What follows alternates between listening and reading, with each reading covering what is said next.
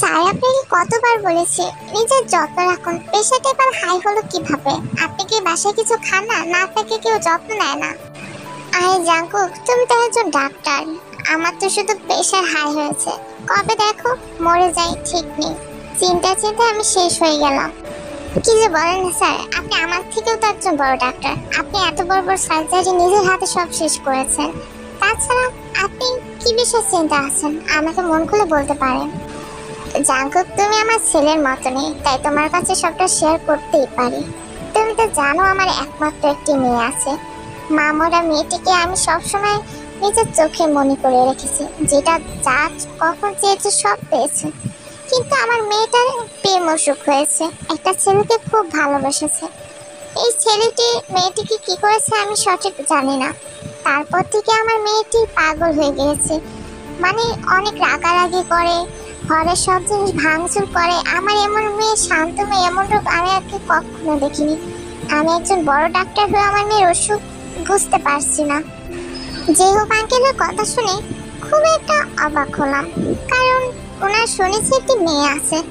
যে হোক, আঙ্কেল স্ত্রী নেই, ওনার মেয়েকে নিয়েই থাকেন। উনি কোনোদিন মেয়ে বিয়ে করেনি, তার মেয়ের মুখে দিয়েছে। উনি তার মেয়েকে অনেক ভালোবাসেন শুনেছি, কিন্তু ওনার মেয়েকে কখনো দেখিনি। কিন্তু যে হোক, আঙ্কেল বলছে মেয়েটির প্রেম অসুখ হয়েছে। এর কি আদৌ কোনো চিকিৎসা আছে?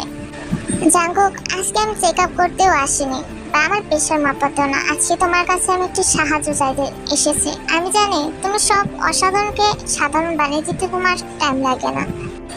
আমি চাই আমার মেয়ের তুমি চিকিৎসা করো। প্লিজ জাঙ্কুক, আমি তোমার কাছে হাত জোড় করছি, তুমি আমাকে ফিরিয়ে দিও না। যাই হোক, আঙ্কেলের মুখে দিয়ে কতক্ষণ তাকিয়ে রইলাম। তিনি সহজে বিপদে না পড়লে আমার কাছে কখনই হেল্প চান না। যাই হোক, আঙ্কেল আমার জীবনে অনেক অবদান, তাই যাই হোক আঙ্কেলের কথাটা আমি ফেলতে পারলাম না।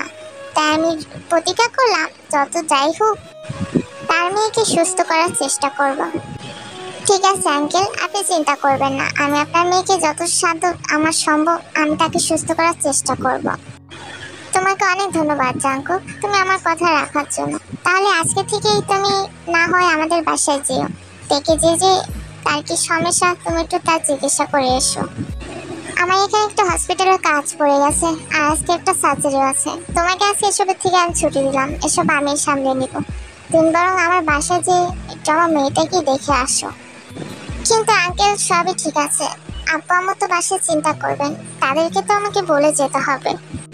সেটা তোমার চিন্তা করতে হবে না, আমি আরামের সাথে আর ভাবির সাথে কথা বলে রেখেছি। তারপর আর কি, জাঙ্কুক চলে যায় যে হকদের বাসায়। জাঙ্কুক রুমে প্রবেশ করলো। বাড়িটি বেশ বড়, আশেপাশে জাঙ্কুক কাউকে দেখতে পারছে না। এদিক এদিক তাকে কাউকে খুঁজছে, কিন্তু কোনো সারা শব্দ কেউই নেই। হঠাৎ করে একটি মেয়ে কণ্ঠ জাঙ্কুক কানে ভেসে আসলো। তোমাকে কি ড্যাড পাঠিয়েছে? মেয়েটির দিকে তাকিয়ে রইলাম। হয়তোবা আঙ্কেল এই মেয়েটির কথাই বলছিল। মেয়েটিকে দেখে তো কোনো সাইডে পাগল বা মেন্টালিতে প্রবলেম মনে হচ্ছে না, সুস্থ মানুষ, স্বাভাবিকই মনে হচ্ছে। মেয়েটি আবার বলে উঠলো, তোমার নামে কি জাঙ্কুক?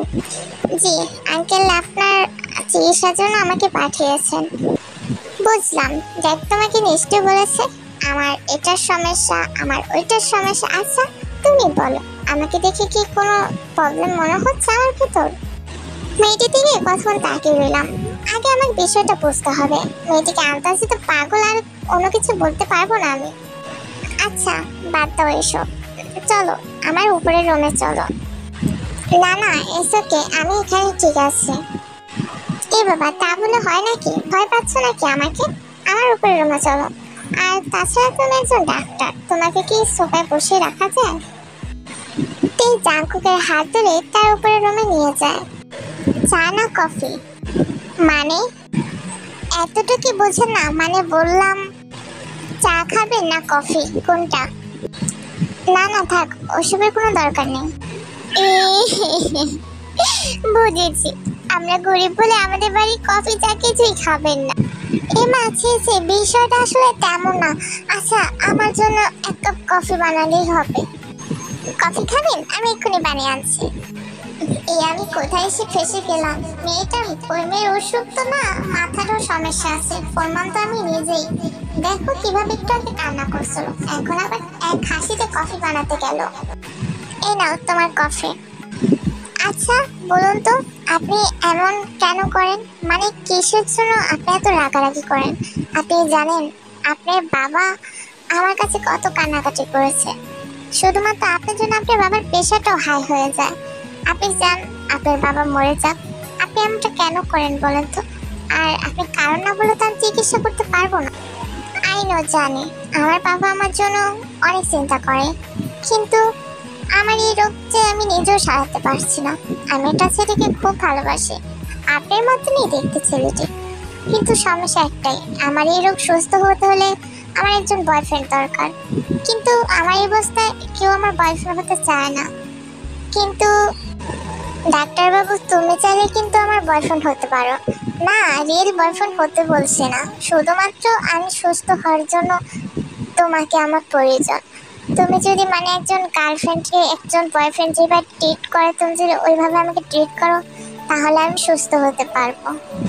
মেয়েটির কথা শুনে অবাকই হলাম, কিন্তু যে আঙ্কেলকে আমি তো কথা দিয়েছি তার মেয়েকে আমি সুস্থ করব, তার জন্য যদি আমাকে তার ফেক বয়ফ্রেন্ড হতে লাগে তাহলে আমি হতে রাজি। একজন মানুষকে সুস্থ করাই আমার দায়িত্ব। ঠিক আছে, আমি রাজি। যতদিন আপনি সুস্থ না হচ্ছেন অতদিন পর্যন্ত আপনার আমি বয়ফ্রেন্ড। মেয়েটি কথা শুনে আমার গালে একটা টুক করে কিস করে দিল। আমি তো খুব অবাক, এই মেয়ে করলো কি? ফার্স্ট কিস নিয়ে ছেলেদের কত স্বপ্ন থাকে, এই মেয়ে কি না একটা ফেক গার্লফ্রেন্ড আমাকে কিস করলো?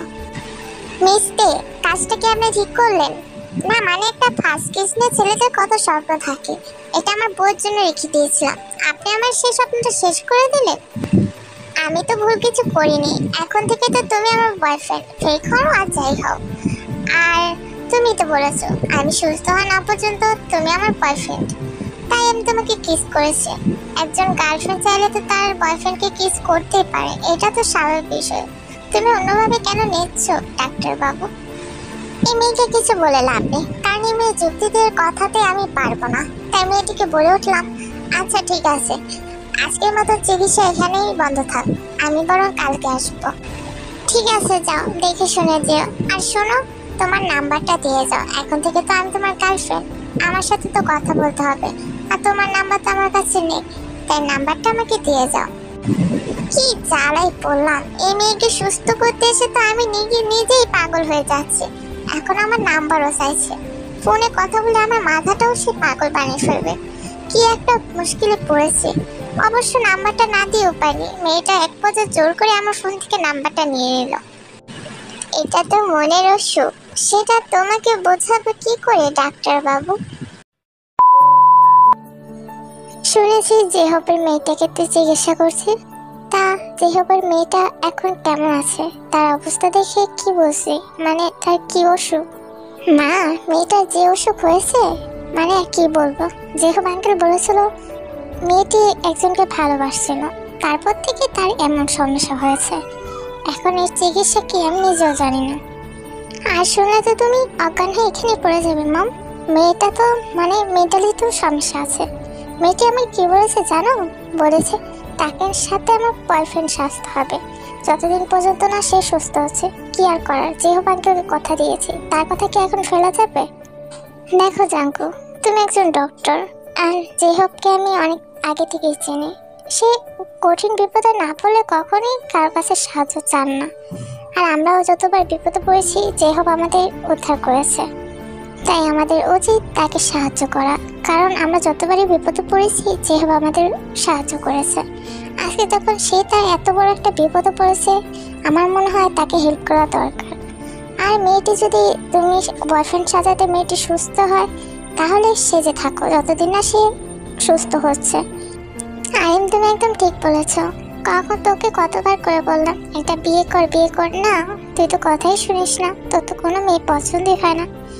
এখন যদি কারো তুই পূর্ণ করতে পারিস, মেয়েটাকে বয়ফ্রেন্ড সেজে না হয় সুস্থ কর। কি আর করবি, কোনো কাজই তো ঠিকভাবে করতে পারিস না তুই।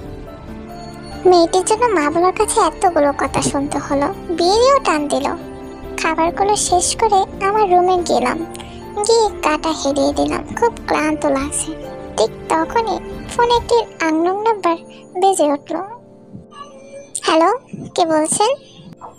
এ বাবা, আমাকে ভুলে গেলে যান। আমি তোমার গার্লফ্রেন্ড, আমার ডাক্তারবাবু।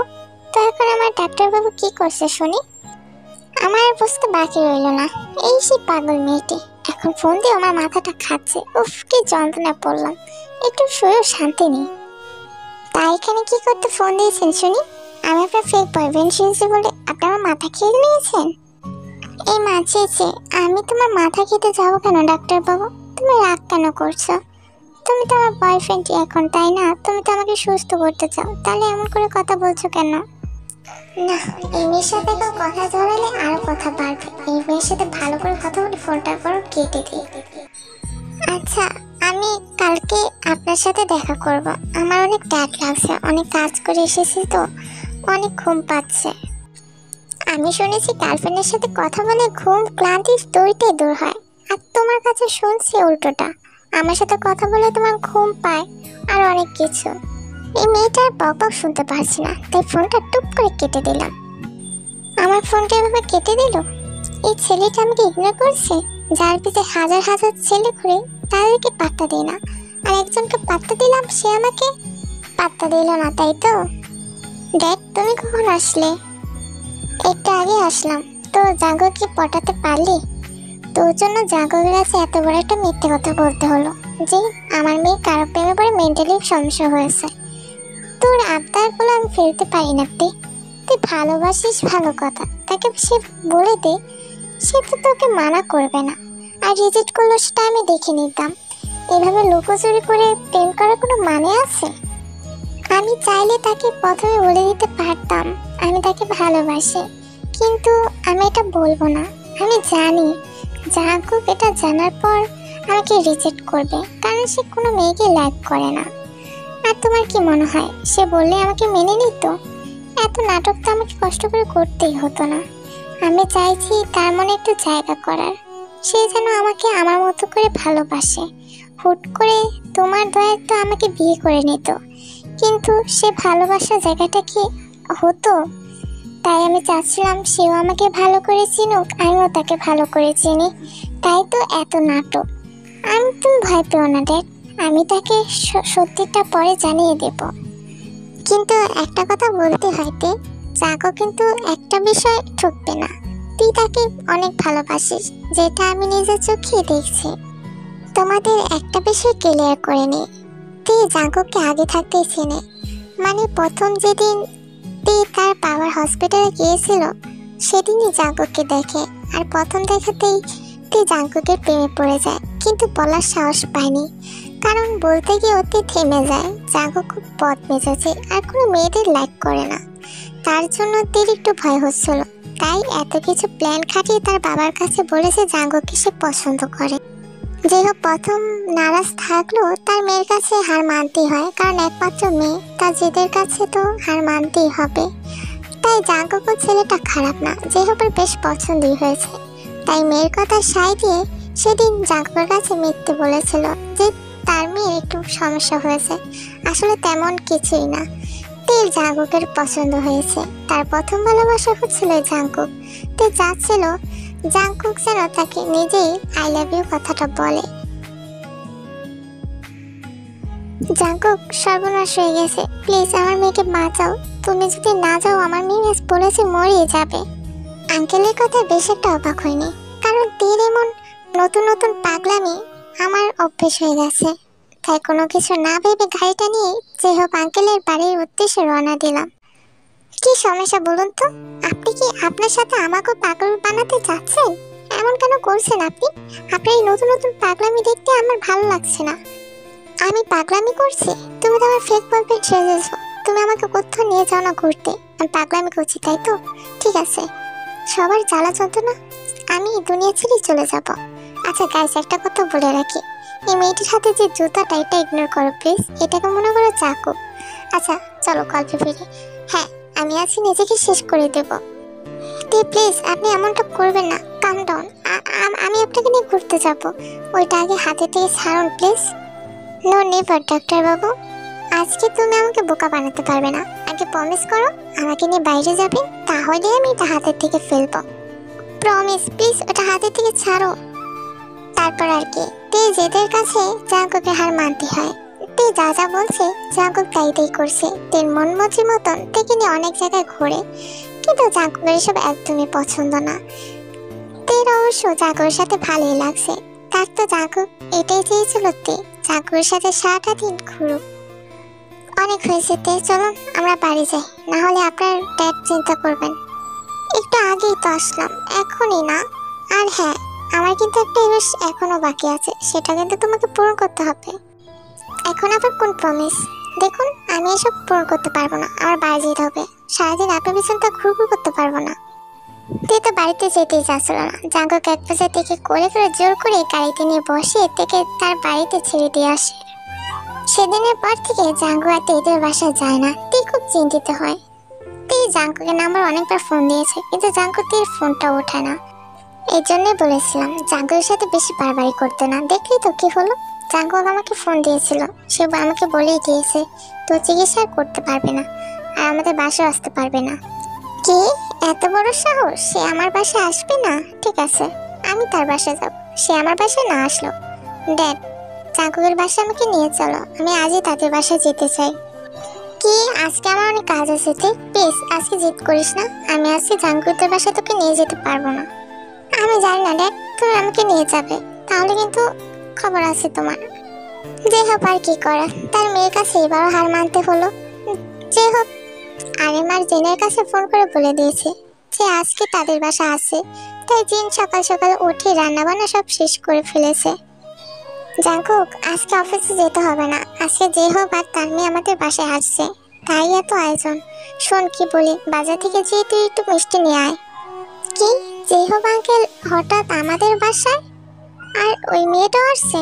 দেখো মাম, আমি তার জন্য এখন আমার তো হসপিটাল যাওয়া বন্ধ করতে পারি না, তাই না? আমার অনেক কাজ পড়ে আছে। মিষ্টিটা বরং বাবাকে আনতে দাও, আমি যেতে পারবো না। কি বলে জাঙ্কুক, আমি মিষ্টি আনতে যাব? তোমার কিসের কাজ? আমি জানি তোমার আজ কোনো কাজে নেই, তুমি আজকে এখানে থাকবে। যে হোক আমাদের বাসা আছে, বুঝতে পারলে? তারপরে কি বলবো, বাবার এমন একটা বড় ধমক খেয়ে চুপ করে উপরের রুমে গিয়ে মুখ ফেলে বসে রইলাম। যে হোক পাতে তাদের বাসায় পৌঁছে গিয়েছে। ইমা, বাইরে দাঁড়িয়ে আছেন কেন ভাইজান, ভেতরে আসে। আসসালামু আলাইকুম আন্টি, আপনি কেমন আছেন? মাশাআল্লাহ, আমি তো মামিকে খেয়ালই করিনি। ওয়ালাইকুম আসসালাম মা, তুমি কেমন আছো? ভেতরে আসো। যে হোক পারতে জিনকে খাবার টেবিলে বসিয়ে দেয়। সেখানে সবাই বসা ছিল। জাঙ্কুক তো এসব থেকে জ্বলছিল। সে অনেক খুশি যে হোক আঙ্কেল এসেছে, কিন্তু তেরার সাথে সে মোটেও খুশি হয়নি। যে হোক, তোকে কতদিন পরে দেখলাম, সেই তোর স্ত্রী মারা যাওয়ার পর থেকে তো আমাদের বাড়ি আসা বন্ধই করে দিয়েছিস। আর তোর মেয়েটাও মাশাআল্লাহ দিলে অনেক বড় হয়ে গেছে। আসলে ভাইজান, হসপিটালে অনেক কাজের চাপে আমি আসতে পারি না, আর বাসাও সময় দিতে পারি না। আজকে ভাবলাম সবাই একসাথে বসে আড্ডা দিই, তাই সব কাজ ফেলে তো তোমার কাছে চলে আসলাম। আর ভাবির রান্না তো, বাইরের রান্না খেতে খেতে তো ঘরের রান্নার স্বাদ ভুলে গিয়েছে। কেন আঙ্কেল, আপনার মেয়ে বুঝি রান্না করতে পারে না? এত বড় মেয়ে হয়ে কি আপনাকে একটু রেঁধে খাওয়াতে পারে না? কথাটা জাঙ্কুক আমাকে একটু খোঁচা মেরে বলল। দাঁড়াও, দেখাচ্ছি মজা। আমাকে খোঁচা মারা?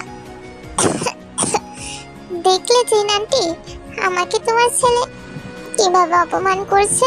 মেহমানদের বাসায় এনে বুঝি এসব কথা বলতে হয়? আর আমি কখনো চুলা থারুও যাইনি, আমাকে এসব শেখাবে কে? আমি তো সারাদিন বাসায় একা থাকি। কি বলবো মা, ওকে বলো। আস্তে একটা বেয়াদব জন্ম দিয়েছে, আমি জানতাম না।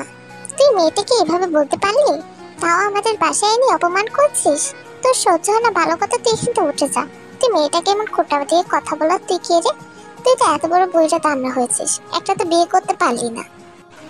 মামনি, তোমার কথা কিছু মনে করো না, আমি ওর হয়ে তোমার কাছে সরি চাইছি। আস্তে একটা বেয়াদব, নিজে তো কখনো রান্না করে খেতে পারে না, আবার আরেকজনকে বলে। আহা, আরে জিন ভাবি প্লিজ ওর উপরে রাগ করবেন না, বাচ্চা মানুষ, কি বলতে কি বলে ফেলেছে। আর তুইও এই দুই দিনকার মেয়ের জন্য মামা ড্যাড আমাকে এতগুলো কথা শোনালো।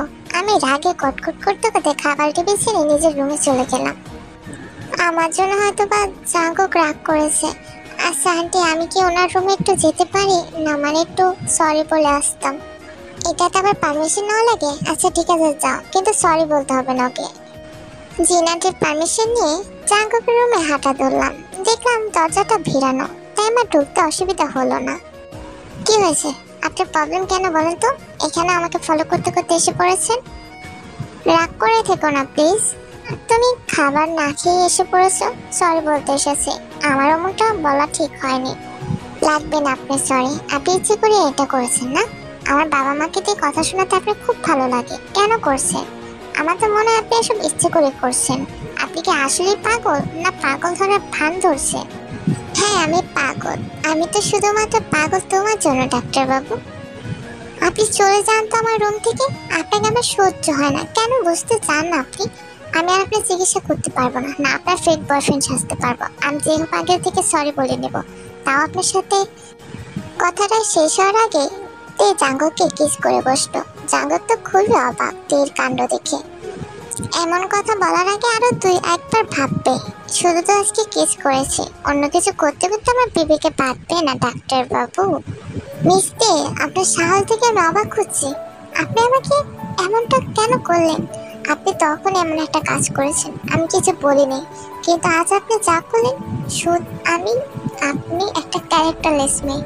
আমার রুম থেকে এক্ষুনি বেরিয়ে যান, না হলে কিন্তু আপনার বাবাকে ডাকতে আমি বাধ্য হব। হাসি পেল ডাক্তারবাবু। আপনি আমার বাবাকে বলবেন এইসব বিষয়? লজ্জার বিষয়। যাই হোক, ঠিক আছে, আজকের মতন আমি চলে যাচ্ছি। আমি কালকে আপনার জন্য ওয়েট করবো পার্কে। না আসলে কিন্তু আমি সারা রাত ওখানে বসে থাকবো। আপনি আজকে যে কাজ করলেন, তারপরও আমি আপনার সাথে দেখা করতে যাবো? মাই ফুড, কখনো যাবো না। আপনি মরে গেলেও না। তের আজকে বার্থডে ছিল, তাই তে চাইছিল জাঙ্গককে পার্সোনাল ভাবে এখানে কিছু কথা বলবে। আজকে তার সত্যি কথা বলতে চেয়েছিল, কিন্তু ওই ঠান্ডার ভিতরে তে দাঁড়িয়ে আছে। জাঙ্গককে এত করে বলার পরও জাঙ্গক আসেনি। তে অনেকবার ফোন করেছে, কিন্তু জাঙ্গক ফোন ধরেনি। তের মনটা অনেক খারাপ হয়ে যায়। এই কদিনে কি তের জন্য একটু ভালোবাসা জন্মায়নি জাঙ্গকের মনে? তাহলে কি তের ভালোবাসা ব্যর্থ হয়ে যাবে? ভাবতে ভাবতে মেয়েটা ঠান্ডায় জমে যাচ্ছিল। ঠান্ডার ভিতরে বৃষ্টিও শুরু হয়ে গেছে। আমি হার মানবো না, আমার বিশ্বাস জাঙ্গক ঠিকই আসবে। আমার ভালোবাসা সত্যি হয়ে গেলে জাঙ্গক অবশ্যই আসবে। মনে মনে প্রে করছিল, কিন্তু 1-2 ঘন্টা বৃষ্টিতে ভেজার পরও জাঙ্গক আসার নাম নেই। তে এক পর্যায়ে সেন্সলেস হয়ে সেখানে পড়ে যায়। জাঙ্গক সর্বনাশ হয়ে গেছে। আমার মেয়েকে কোথাও খুঁজে পাচ্ছি না। তে ফোনটাও বন্ধ। এমন তো সে কোনোদিন করে না। তুমি কি জানো আমার মেয়ে কোথায়? কোথায় থাকবে? দেখুন, আজে বাজে কোনো ছেলের সাথে হয়তো বা ঘুরে বেড়াচ্ছে। আপনার মেয়েরা কাছে মানুষের মাথা খাওয়া ছাড়া। জাস্ট সেট আপ জাঙ্গক। আমার মেয়ের ব্যাপারে তুমি যেটা জানো না, ওটা নিয়ে কথা বলে তোমার কোনো রাইট নেই। যে ব্যাপারে যদি কিছু জেনে থাকো তাহলে বলো। এভাবে আজে বাজে কথা বলার কোনো মানে হয় না। যেহেতু আঙ্কেল অনেকটা রেগে গেলেন। রাগারই কথা, কারণ যতই যাই হোক সে তো তার মেয়ে। আঙ্কেল আমার ফোনে অনেকবার ফোন দিয়েছিল, আমি কাজে চাপে ধরতে পারিনি। ও আমাকে একটা জায়গায় দেখা করতে বলেছিল। তারপর যে হোক একটা সেকেন্ডও দেরি করে না, সঙ্গে সঙ্গে জাঙ্গকের তার লোকেশনটা পৌঁছায়। আর জাঙ্গক যে হোকের সাথে যায়, আর গিয়ে দেখে তে ওখানে সেন্সলেস হয়ে পড়ে গিয়েছে। যে হোক তো খুব রেগে যায়, তাড়াতাড়ি করে তার মেয়েকে গাড়িতে উঠে হসপিটালে নিয়ে যায়, সাথে জাঙ্গকও যায়।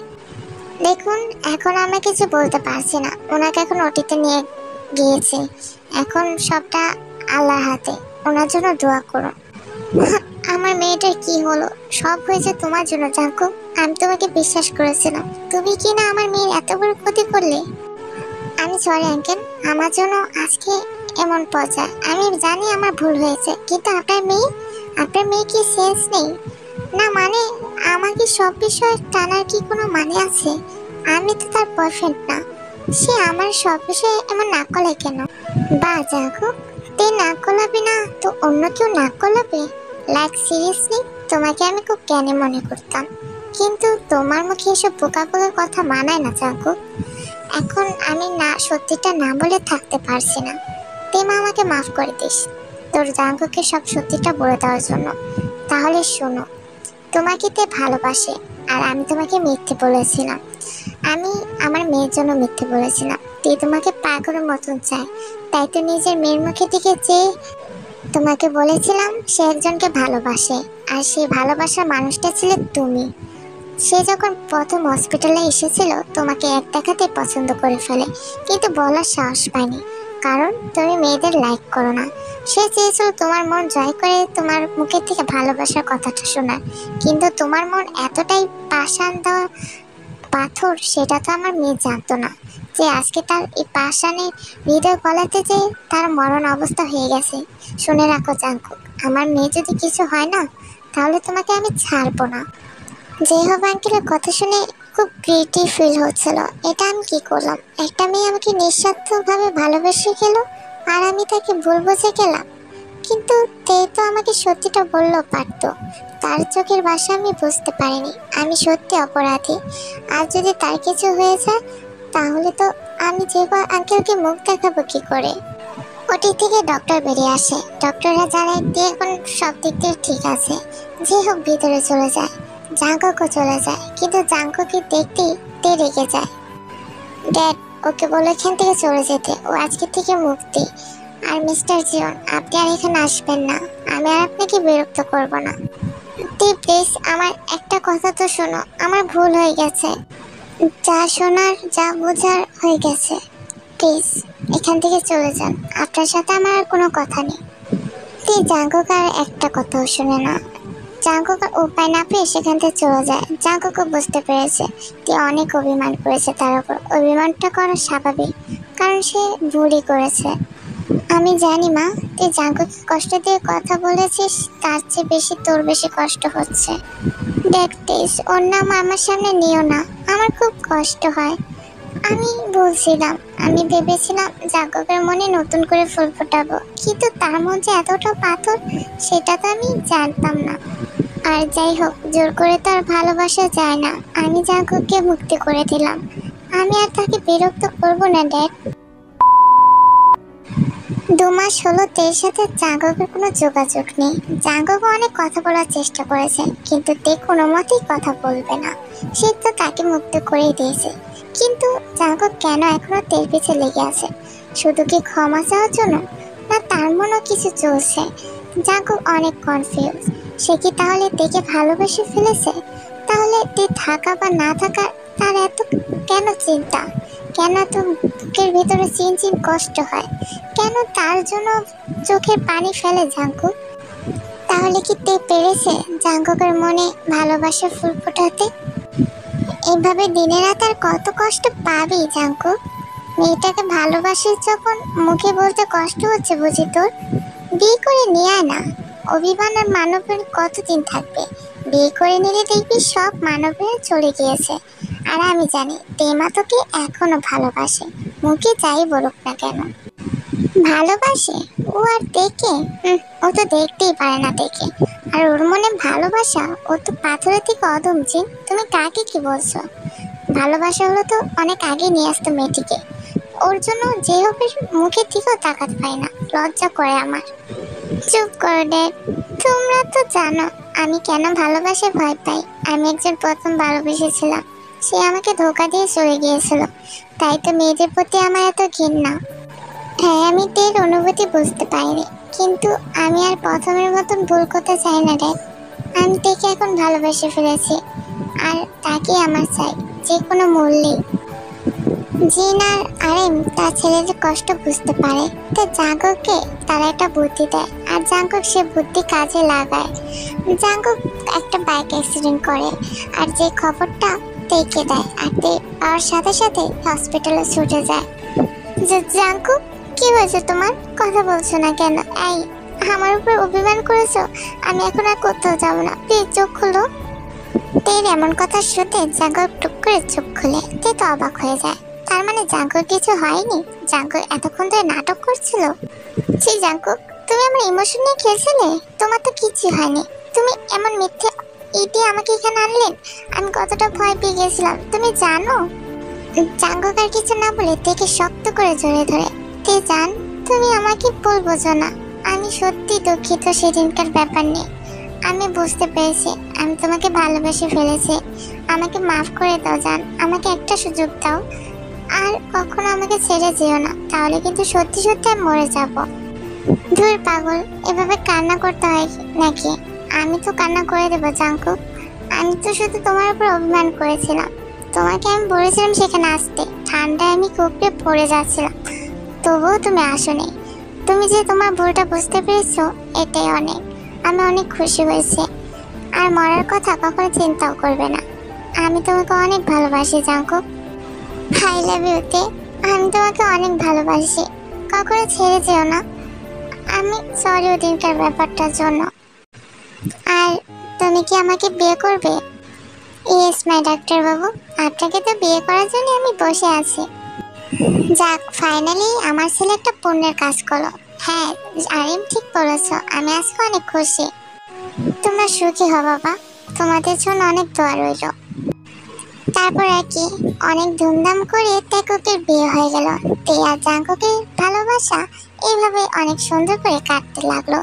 তে আর জাঙ্কুকের বিয়েটা হয়ে গেল, এভাবে তাদের সুখী সংসার চলতে লাগলো।